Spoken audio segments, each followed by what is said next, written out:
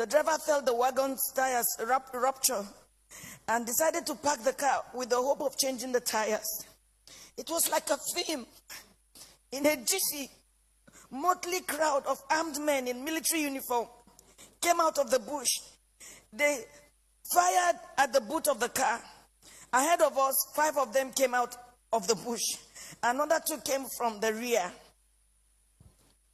My daughter screamed, "Mommy, Daddy, what's going on?" There was no time to say a word. They marched us through into the bush, firing into the sky. They hit me on my chest, hit my daughter on her head. Blood oozed. At this time, it was better to kill me. I shouted at one of the armed men. His response was hell. He went straight for my private part, tore my dress with his gun. The others ripped my dresses.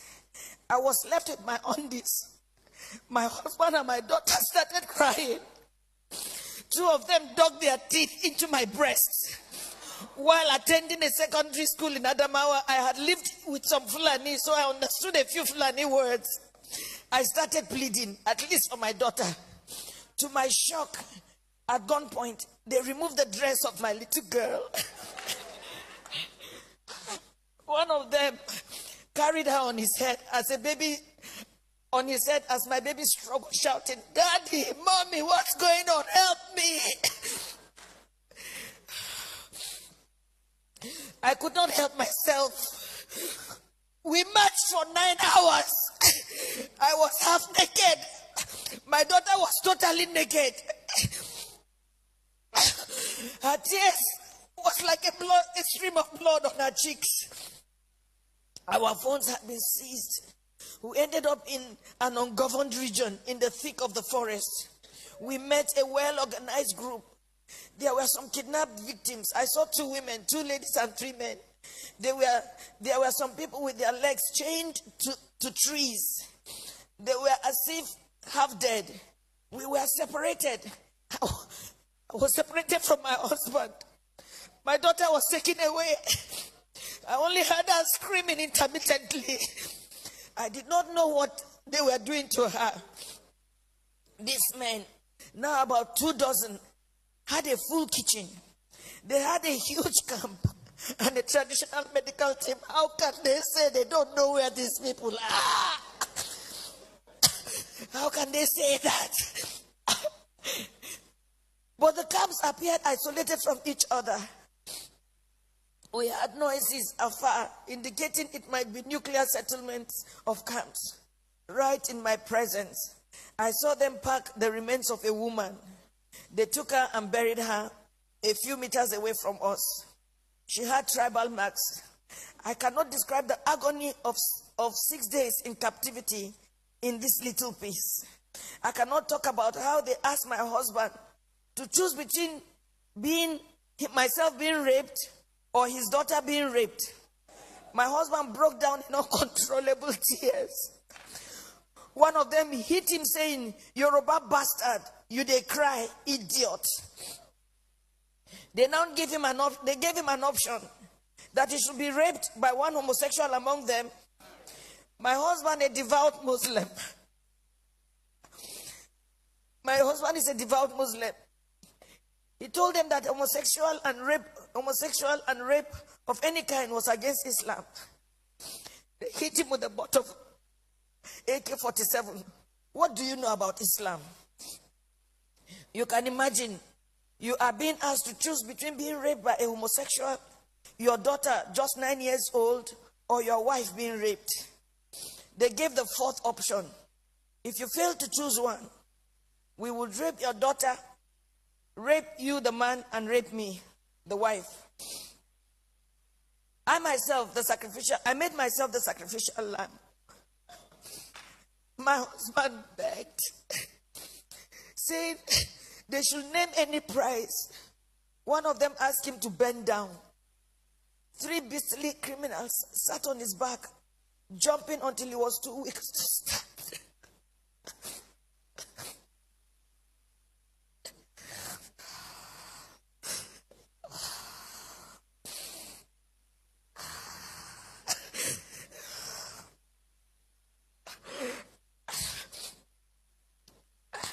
I was not allowed to put on any additional clothes. Imagine they rape you all night and they stop you from putting on any clothes for 24 hours. The rain fell once.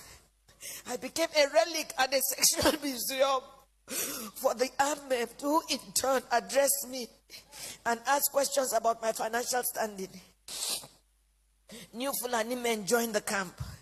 They organized military training for the new Fulani men that came, teaching them how to shoot and walk through circles of glowing fire. They were not released until after 6 days. We were not released until after 6 days. We had to walk the same zigzag journey back to the main road, our eyes blindfolded. During the negotiation to pay, they said the money was not for them alone, that they had to settle those who sent them. For me, I see a thriving organized crime supported by powerful political interests. Now, I do not think we were released to freedom after paying a whopping 8 million naira. I do not think we can ever be free.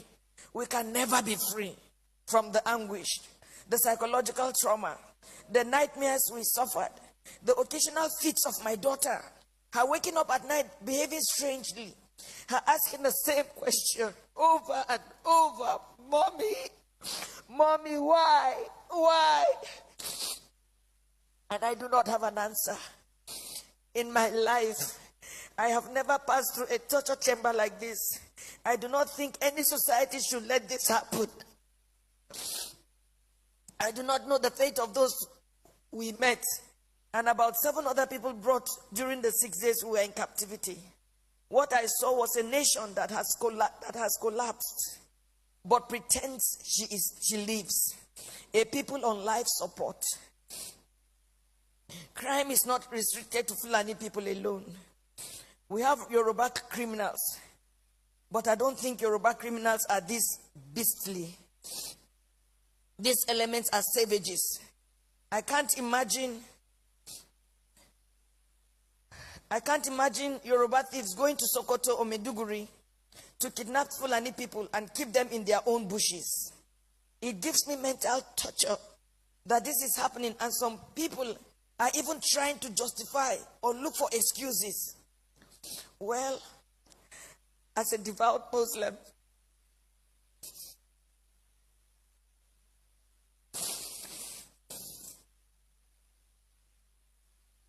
myself and my family have taken solace in Allah.